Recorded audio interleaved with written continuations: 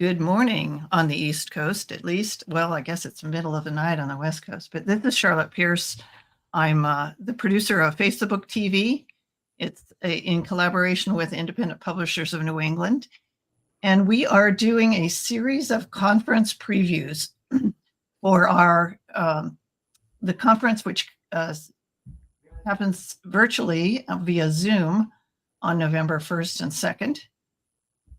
That's just next week. So we have a couple more previews, and all of the previews that we've done so far are on our website at IPNE.org. And you can register there. There's a full program. It's all been set. There's like 20 sessions that you can participate in, get to know people, do networking. It's our 13th annual conference, and it's very valuable for independent authors and publishers.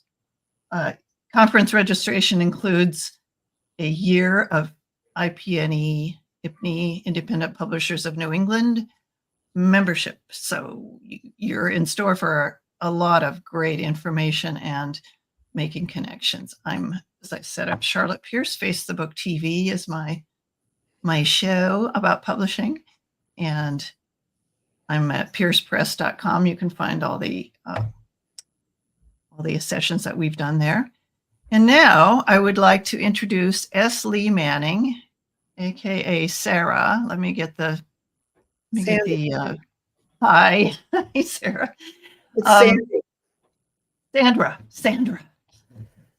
Okay, well, S. Lee, now I know that's in my brain. So you are an award-winning author. You won one of our IPNE awards, I think. Yes, I did. Yeah, awesome. Sorry? I won the 2023 for Best Genre Fiction. Awesome. My Bloody Soul. Yeah, and other awards as well, I believe. So yes, your website is sleemanning.com. And the session on Saturday at the conference is Where the Sidewalk Sale Ends. And like I said, when we were talking before, I think this is an area that a lot of our members need to be educated about strategies, how to pick these events and things like that. So why don't you tell us a little bit about you and this panel? And a little bit about me. I'm a retired attorney, but I wanted to be a writer all my life. But I, at some point, decided I didn't want to be poor all my life, so I went to law school. And then, but I've always written, and I continued to write. And then my first novel, I wrote it. The first draft came out. I wrote the first draft in 2006. The first pages won an award from MWA, Mystery Writers of America, used to have a contest that was for unpublished authors. You put in the first 50 pages, and the top 3 would get read by an agent. I was number 1. I got the agent read it, signed me, and sent my book out, and I got some really, really lovely rejections. Oh, great. Yeah. Well, join the club, So that I had that agent, and life intervened. I was working, and I had responsibilities with family. So I didn't really get back to writing. I sort of put that on the burner. My agent died in 2010. And then in 2015, I took the book down from the shelf, rewrote it to update it, because it was now over almost 10 years old. Went out to a conference called Killer Nashville. It's one of my favorite conferences, and I'm going Killer Nashville? Called Killer Nashville. Does that refer to the genre, or? Refers to the fact that it's thrillers and mysteries. Yeah, okay, and it's held in Nashville, and it's a great conference. I've been there a number of times, and they have an award that they call the Silver Falchion. And actually, just as an aside, all three of my books were finalists for Silver Falchions, and you get all sorts of big authors in there competing for that award. But 2015, they also would have a round table with agents and editors. And I got my first contract with a 5-star publishing through that. And then a year later, before my book came out, they said they're going to stop publishing in the mystery and suspense field. They're just going to do cowboy books. Okay. So Being from Nashville. I wound up, ultimately, that first book that I wrote wound up getting published, Trojan Horse, in 2020 with Circle Publications. It's a small publisher in Maine. And I put out, I've written 2 other books in the spy thriller genre. And then the book that's out now is a little different. It's not a spy thriller, Deadly Choice. This is my first domestic thriller, and there's a lot of differences with my spy thrillers. The cast is almost exclusively female in this one, except for the villains. And there's one nice guy but he's very minor. Don't the females ever get to be villains? Well, there's some female villains in this. There's a female villain in this too. Okay. And it's this was a book, though. It's not with spy thrillers. It's always on a bigger stage. It's a lot of international stuff, but there's big stakes. There's going to be a terrorist attack. Someone's going to try and take over the country. With this one, it's much more. It's just personal. It's somebody. And it starts out because it's this one. I was actually writing another spy thriller, and I came up with the idea of this one, but through a conversation with my daughter, because she was worried that she would be traveling, if she was traveling while pregnant, and she was in one of those states where abortion was banned, and she had a complication that she might wind up dying because they wouldn't treat her. And I said, well, honey, then I guess I'd have to get my gun and go kill them. And then I thought, God, that would be a great book. And that's so so when this publishing arrangement ended, was that when you kind of explored more of your own direct sales? No, I do. I mean, the thing about being with a very small publisher, and that's is that they don't do a lot of marketing. And so I am traditionally publishing that I'm published by someone else. Yeah. Okay. But so that's continuing.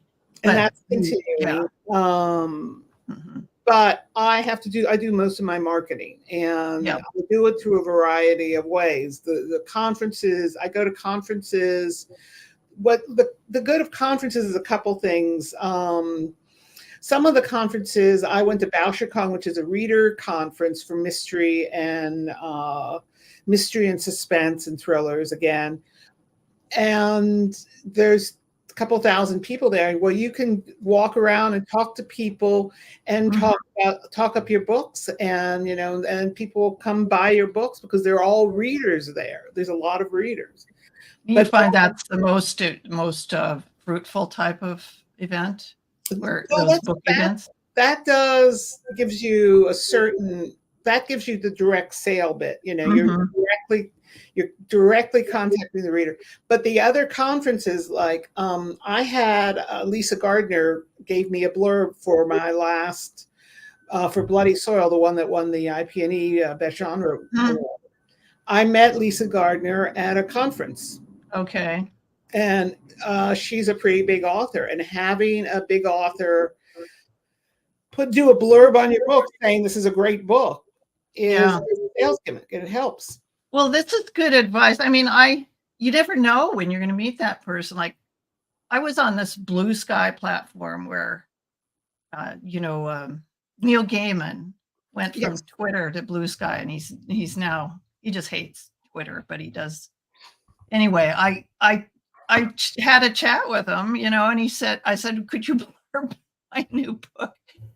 And he said, yes, but you'll have to give me the time to do it. So, he's just wicked busy, but it's like, you never know when you're going to meet that person. Maybe he would, he loves the topic enough to take the time. I mean, they have to like your book. I mean, you have to write a Yeah. good book and send them, because these people who have good big names are not going to put their name on something they think is Right. no good. But it's a great sales technique. If you really make a good contact with them, and they will put you up on their social network. Hey, this book from this person I read is coming out. That's gold. That's really good. So going to these events has a couple different purposes. It's right. Selling the books, which is nice to get some income, and then meeting people that can help you. You can leverage that contact to sell. Well, it's making contact with other authors is really important because there's other authors. I have an author friend who's read my books and really liked them, and he also writes a similar kind of book. So he put out a newsletter. I put out a newsletter. I can put out a thing. Oh, this guy's got a book coming out, and I read it, and it's great. To my 600 or so followers on my newsletter, and I don't know how many he's got, a couple thousand on his, so he can put out. I read Esley Manning's latest book. This is great. So making those making friends with other authors is really, really a good thing to do. Yeah, authentic relationships, authentic. Real, not just, if you just slide up to someone and say, hey, will you help me? Yeah, can we trade reviews, or you have to establish a relationship with them. It helps that this is the thing. You go out, you go to these conferences, and you hang around in the morning having coffee and eating fruit and chatting, and you get friendly. And some of them sorry, go ahead. Oh, do you do bookstore events as well? I mean, like, I've done a couple. The problem, I did one. We did one in a bookstore in Florida that a friend of ours was having a birthday party in that town, and she has a lot of friends, and so a lot of her friends, she came, and a lot of her friends came to the store. We had about 30 or 40 people there. We sold a lot of books. My husband and I did it together. My husband's also. But a lot of times I've gone to a couple bookstores and there's nobody there, because again, unless the bookstores people aren't going to be flocking to an event at a bookstore for someone they've never heard of. Right. Same. Because if you have a local, I publish other people's books, so I'm not a self-publisher, but I have an author who's in my town. So we went to a bookstore and for her launch, and we sold like 30 books, which is a lot for us.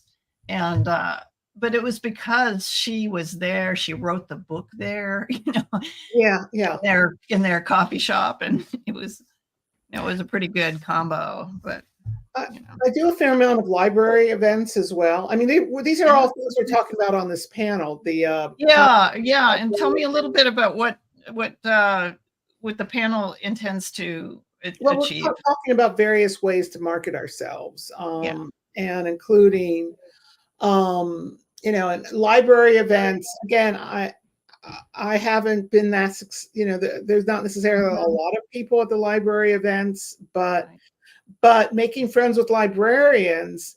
And then if they read your book, people come in saying, what's a good book? They say, hey, here it is. So we just, IPNE just did a cooperative exhibit at the New England Independent Library Association. I don't know where you are. I'm in Vermont. West Coast? Huh? I'm in northern Vermont. Vermont, okay. Yeah, so New England Independent Books, New England Library Association. And they're so nice. And we said our authors will come and do events at your library, panels on whatever, like World Ocean Week or something, they were just so receptive. Yep. And, that's a good place. And we do have these cooperative exhibits. So people should consider participating in those next year. They're kind of over for Boston Book Festival's on today, but we're not there because there was a lottery, and there's construction at the site. So they limited the participation. Yeah, but well, it's a great place to sell books. It's I w- just they had a meeting here in Vermont of librarians, and I was supposed to Mhm. go, but I wound up with COVID, so Oh, great. I didn't go. I know. I So, finally got it yeah, earlier. that was my first. This was last May, and my first time. Yeah. Well, So listen, yeah, we don't want to tell everyone everything about it, but it's really I got a taste of what you're going to be communicating, and I think that is the panel includes, let's see, who are they? Oh, Scott Channell, he's BJ our Magnani, president. Huh? BJ Magnani, and Matt Cost, and Yeah. they're both with my publisher and Circle Publications. Oh, they are. Okay, great. Yeah. They're they really know how to go to select and leverage events. So, Yeah, and I can see they're that. both really great. And Yeah. So yeah, and Scott's great as well. He's spearheading our transformation as an organization. So great. kudos to Scott. Yeah. Well, thank you so much. We appreciate your time, and I want to tell people that your session with the other panelists is Saturday at 2 p.m. and everything's going to be on Zoom, so you can be in, Johannesburg or, Oslo, Norway, or New York City, and participate and get to know some people like Esli Manning. So thank you I very hope to much. see everybody there. Yeah, we'll see you there. Thanks.